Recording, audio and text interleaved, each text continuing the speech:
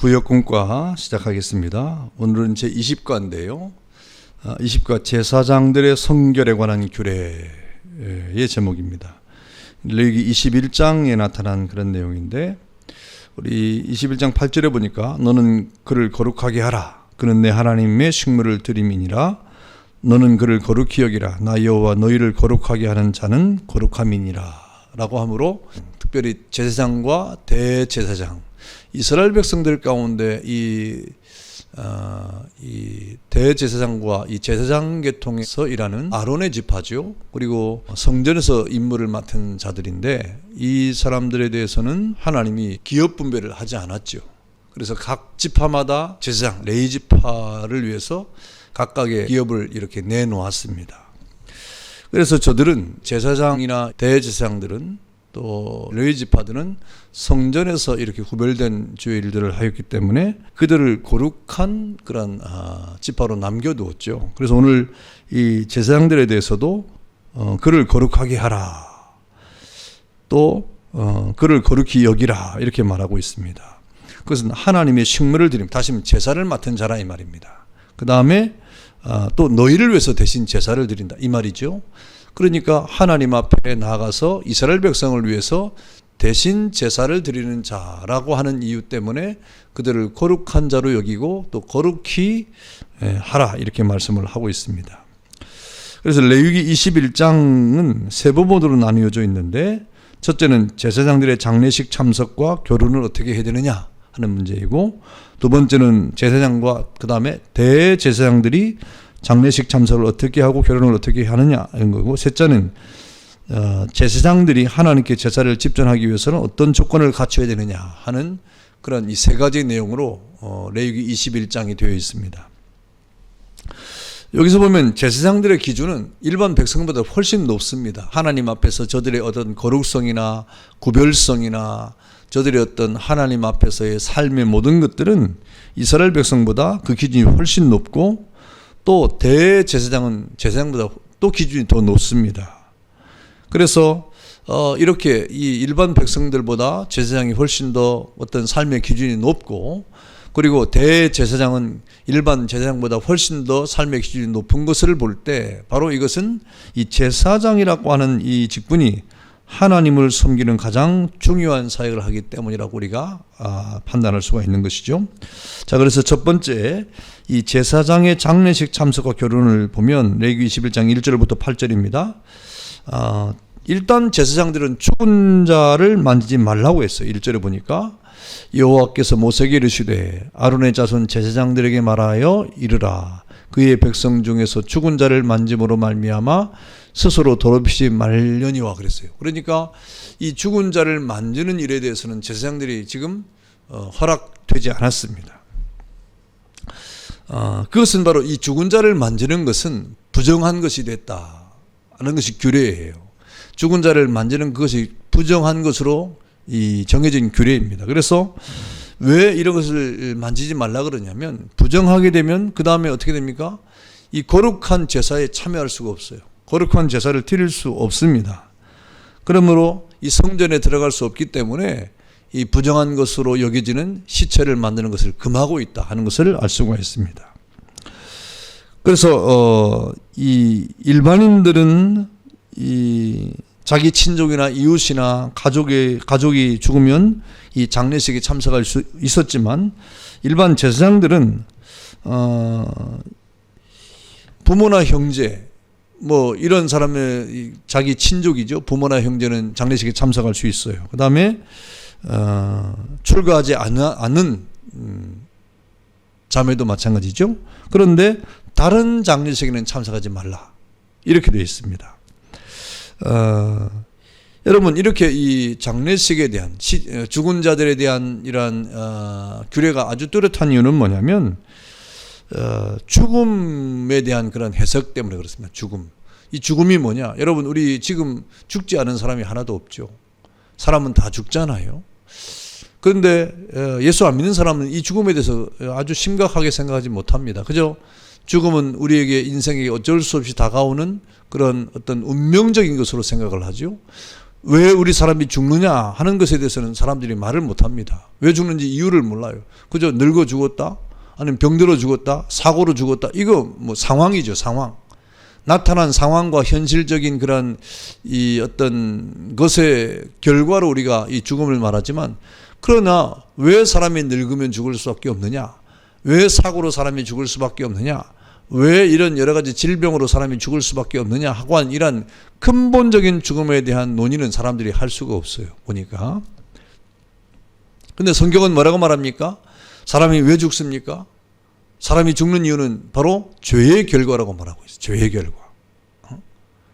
여러분, 하나님이 아담과 하와에게 에덴 동산에서 규례를 주었잖아요. 동산 중앙에 있는 선악을 알게 하는 나무의 열매를 먹지 말아라. 먹으면 어떻게 됩니까? 정령 죽으리라 그랬어요. 그래서 사망이라고 하는 것은 하나님의 계명을 어김을 통해서 오는 것이라. 하나님과 하나님의 그 명령과 하나님의 규례와 율법을 어김으로 찾아온. 다시 말하면 이건 하나님을 떠나는 거죠. 하나님을 떠남으로 우리에게는 사망이라고 하는 것이 찾아왔다는 것입니다. 그래서 이 죽음이라고 하는 것은 하나님의 거룩과는 정반대되는 거예요, 사실은. 그래서 우리 사람이 만들어질 때 처음에 죽도록 만들어진 것이 아니라 하나님이 우리에게 살도록 만드는 겁니다. 영생하도록. 그래서 그 코에 생기를 불어넣어가지고 우리가 생명 있는 존재가 되었다. 다시 말하면 우리 사람은 안 죽는 존재로 만들었다 이 말입니다. 그러니까 죽음은 비상식적인 것입니다. 죽음이라고 하는 것은 비정상이에요. 정상이 아닌 거예요.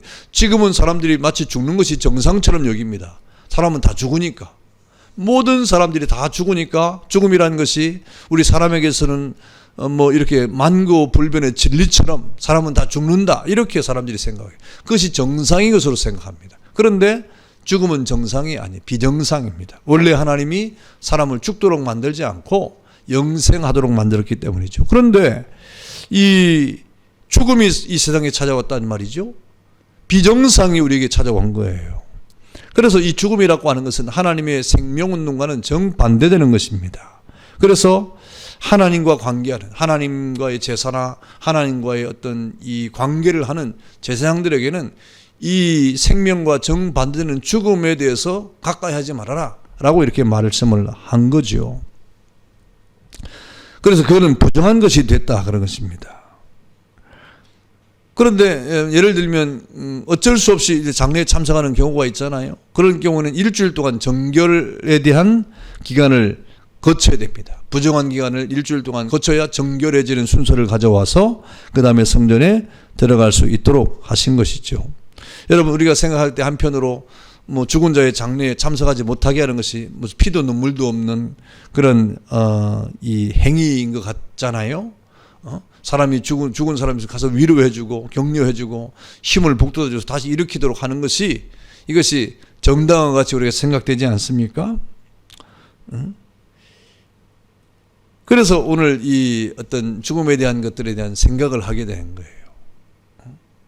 그런데 오늘 제사장들은 적어도 하나님과 관계하고 거룩한 그런 어떤 제사의 관계를 하는 사람이기 때문에 이 생명과 정반대가 되는, 이건 죽음이라고 하는, 이 죽음과 관계돼서 말하는 것이 그 사람과 관계돼서 말하는 거 아니에요. 당연히 그 사람들은 가서 위로해 줘야 되죠. 격려해 줘야 되죠.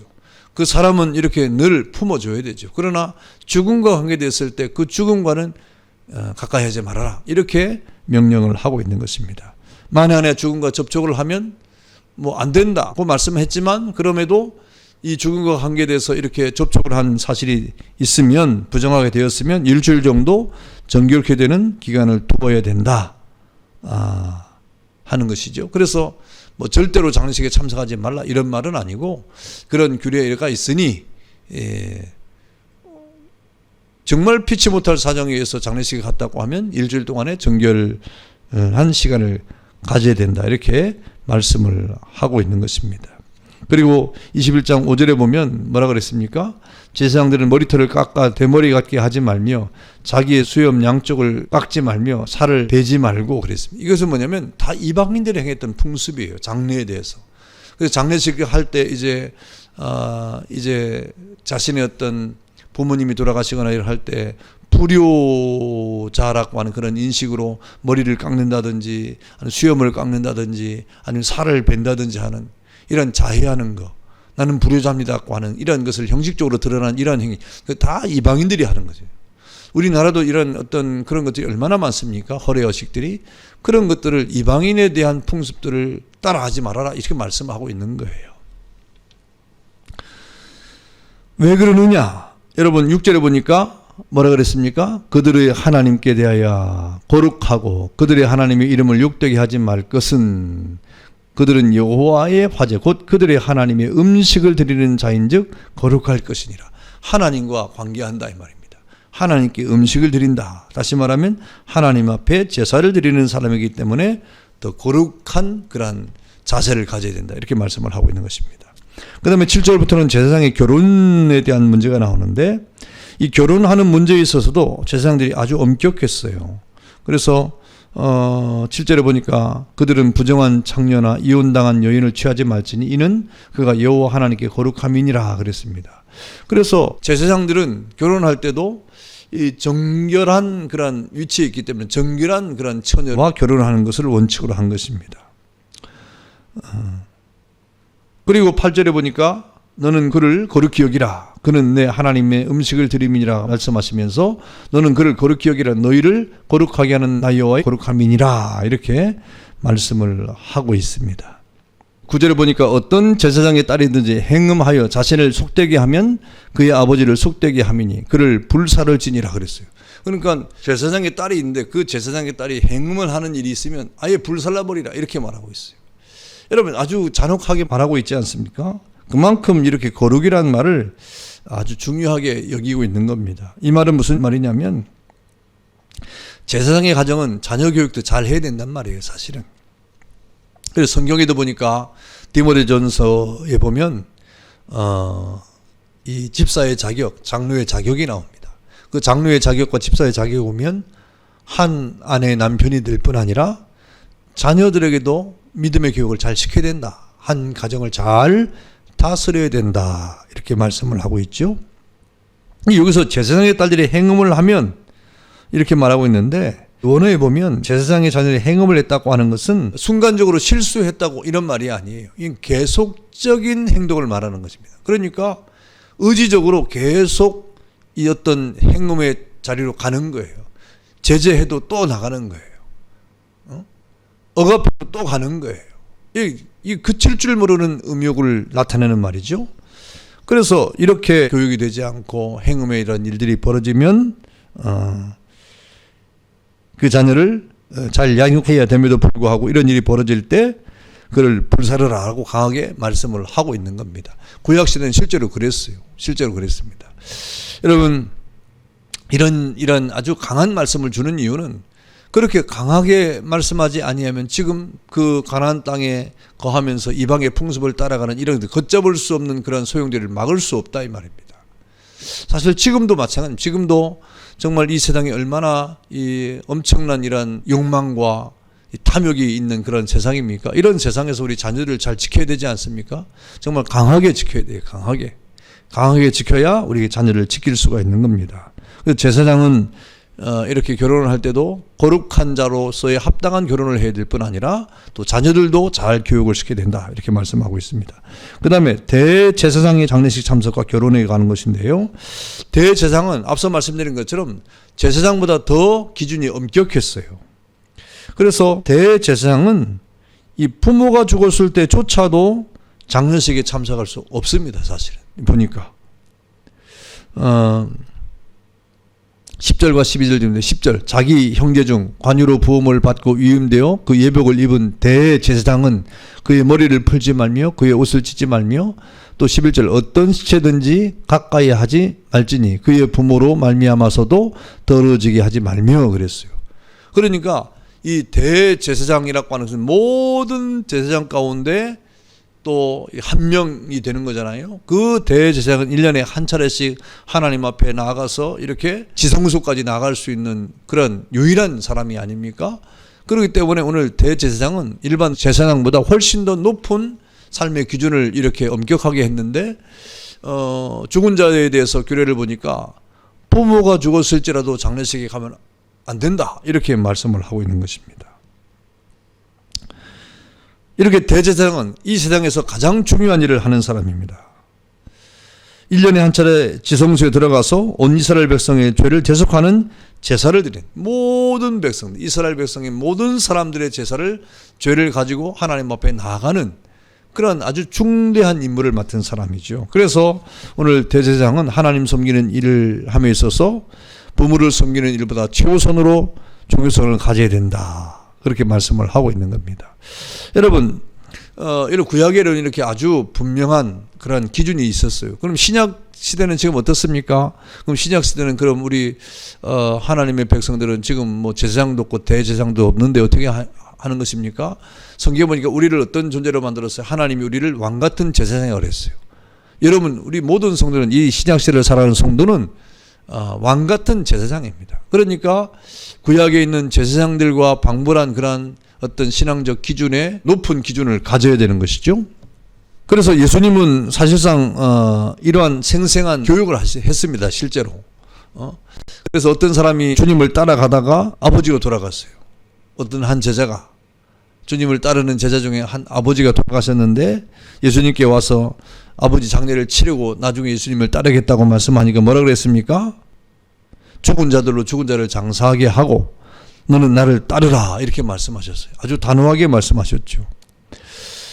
여러분, 이것은 마치 대제사장에게, 그리고 또 제사장들에게 죽은 자를 가까이 하지 말아라, 시체를 만지지 말아라, 장례식에 참석하지 말아라 하는 그런 것과 방불한 아주 강력한 주님의 요구인 것입니다. 그러면 오늘 예수님께서 한 제자가 아버지가 돌아가셨을 때 장례를 치르고 와서 예수님을 따르겠다고 말한 이 사실에 대해서 죽은 자들로 죽은 자를 장사하게 하고 너는 다만 나를 따르라고 하신 이 말씀은 어떤 의미를 가지고 있는 것입니까? 부모의 장례를 참석하지 말고 이 말입니까? 부모의 장례를 참석하지 말아라, 이 단편적인 그 말입니까? 아니죠. 지금 이 땅을 살아갈 동안에 사람 살리는 일, 다시 말하면 복음을 전하는 것은 사람을, 죽은 사람의 영혼을 살리는 것 아닙니까? 복음을 전파한다고 하는 것은 죽은 자의 영혼을 살리는 아주 중요한 생명 살리는 일이라는 말입니다. 그래서 이 제자들이라고 하는 것은 주님 앞에 그런 생명을 살리는 일에 부름을 받은 사람이기 때문에 이 세상에서 가장 중요한 일에 부름을 받은 사람과 같은 것입니다. 그래서 지금 가장 중요한 일을 하고 있는 거예요. 그런 가장 중요한 일을 하고 있을 그때 여러분, 우리가 최우선으로 무엇을 해야 되는 것입니까? 복음을 전하는 일을 우리가 먼저 해야 된다 하는 것을 말씀하고 있는 것이죠. 그래서 복음을 해서 부름을 받은 사람은 부모나 형제나 이웃의 장례에 참석하지 말라는 말이 아니라 다만 최우선 순위를 어떻게 정해야 되느냐 하는 것을 우리에게 말씀하고 있는 거예요. 너 지금 먼저 해야 될 것이 뭐냐? 이렇게 우리에게 말씀하고 있는 것입니다. 그래서 오늘 예수님께서는 이런 이 장례에 대한 이런 말씀을 하시면서 이 땅에 우리는 복음 증거하는 것이 얼마나 중대한가를 강조하고 있는 거예요. 복음을 전하는 일이 이 땅에 그 어떤 것보다도 중대하다. 이 사람들은 장례에 얼마나 중요하게 생각합니까? 장례를 얼마나 중대하게 생각합니까? 그런데 그렇게 중대하게 생각하는 것보다 더 중대한 일이 바로 복음 전하는 일이라고 말씀을 하고 있는 것이죠. 이런 일들을 우리가 늘 기억을 하고 우리가 하나님 앞에서 우리가 받은 이 복음 전파의 사명들을 잘 감당하고 하나님의 뜻을 이루어 가야 될 것입니다. 자, 내용 연구 보겠습니다. 내용 연구 1번. 대제사장과 제사장의 장례식 참석에 대한 다음 설명 중 맞는 것은 O표, 틀린 것은 X표 하시오 그랬어요. 1번. 제사장들은 죽은 자를 만지지 말라고 하셨다. 그랬죠? 예. 죽음이라고 하는 그 자체가 생명과 반대되기 때문에 이렇게 말씀하시는 것입니다. 장례를 참석하지 말라 이런 말은 아니죠. 장례에 참석할 수 있죠. 그러나 그 장례에 참석한 이후에는 정결 의식을 해야 된다 하는 말씀도 하시고 있는 겁니다. 그 다음에 2번. 죽은 자를 만지는 것은 부정한 것으로 성전에 들어갈 수가 없었다. 제사장이 부정해지면 하나님 전에서 제사를 수종들 수 없으므로 죽은 자를 만지지 말라고 하신 것이다. 예, 맞습니다. 자, 3번. 장례식에 참여하는 것의 부정한 이유가 뭐냐? 죽음은 거룩한 것과 반대되기 때문이다. 그랬어요. 예, 이것도 맞죠. 예, 죽음은 여러분 에덴 동산 이후에 우리에게 찾아온 것인데 그것은 바로 하나님을 떠난, 다시 말하면 하나님과 함께하는 것은 거룩인데 그것을 떠난 것이기 때문에 그렇게 말씀을 하신 거예요. 자, 그 다음에 4번. 원래 하나님께서 인간을 창조할 때 죽도록 만들었다. 그렇습니까? 아니죠. 원래 하나님께서 인간을 창조할 때는 죽지 않도록 만드셨어요. 죽지 않도록. 그렇게 죽음이 찾아온 것은 비정상이라 이 말입니다. 세상에 있는 사람들은 이 죽음을 정상으로 생각하지만 그러나 실제로는 죽음이 정상이 될 수가 없는 것입니다. 자, 그 다음에 5번. 제사장들은 어떠한 장례식도 절대로 참여할 수 없었다. 그렇습니까? 아니죠. 예. 제사장들은 어떠한 장례식도 참석할 수 없는 것이 아니라 부모나 형제의 장례식은 참여할 수가 있었어요. 그래서 참석할 때 참석하고 난 다음에는 정결한 예식을 일주일 동안 해야 되는 것입니다. 자, 그 다음 6번. 대제사장은 부모가 죽었을 때조차도 장례식에 참석할 수가 없었다. 예, 맞습니다. 대제사장은 모든 제사장 가운데 한 사람이 지목이 돼서 대제사장이 되는데 이 사람은 이제 지성소에 나갈 수 있는 유일한 사람이잖아요. 이스라엘 모든 백성들의 죄를 하나님 앞에 가지고 나가서 대속의 제사를 대신 드리는 아주 막중한 임무를 맡은 사람이었기 때문에 하나님께서는 대제사장에게 부모가 죽었을 때조차도 장례식에 참석할 수가 없다라고 이렇게 단정을 짓고 있습니다. 자, 다음 토론과 적용 보겠습니다. 신약시대의 모든 성도는 세상 사람들보다는 더 나은 삶을 살아야 한다는 하나님 말씀에 비추어 나의 삶은 어떠한지 돌아보자. 구약의 제사장들이나 오늘 대제사장들은 일반 백성들보다 훨씬 높은 기준의 삶을 살아야 됐다는 거죠. 거룩함에 대해서. 그런 걸 생각할 때 우리 신약을 살아가는 우리 성도들은 실제로 왕같은 제사장으로 부름을 받은 존재 아닙니까? 그러니까 이 땅의 사람들보다 우리의 삶은 더 높은 기준을 원하고 있다. 도덕적으로도 윤리적으로도 또 영적으로도 신앙적으로 우리가 높은 하나님 말씀에 비추어서 우리의 삶이 세상 사람들에 비해서 높은 기준을 원하고 있다 하는 겁니다. 그래서 우리는 참 높은 기준의 어떤 자세를 가지고 살아가야 돼요. 여러분이 하나님의 자녀라고 하는 이유 때문에 그렇고 또 왕같은 제사장으로 부름을 받았다고 하는 사실 때문에도 마찬가지입니다. 그래서 우리가 우리 삶의 태도가 좀 높은 어떤 윤리적 기준, 도덕적 기준, 높은 신앙적 기준, 높은 영적 기준을 가지고 이 땅을 살아가야 될 것입니다. 기도하겠습니다. 자비하신 하나님 감사합니다. 구약의 제사장과 대제사장들에게 하나님이 명하신 그런 규례와 율례를 보고 있습니다. 저들은 일반 백성들보다 훨씬 더 높은 삶의 기준을 적용받았습니다. 하나님이 원하시는 것이었습니다. 자비하신 아버지 하나님, 늘 믿음 안에서 온전히 우리가 이 땅을 살아갈 동안에 하나님 앞에 부름을 받은 왕같은 제사장으로서 합당한 믿음의 삶을 살아가는 주의 백성들이 되도록 은혜를 베풀어 주옵소서. 감사하옵고 예수님의 이름으로 기도하옵나이다. 아멘.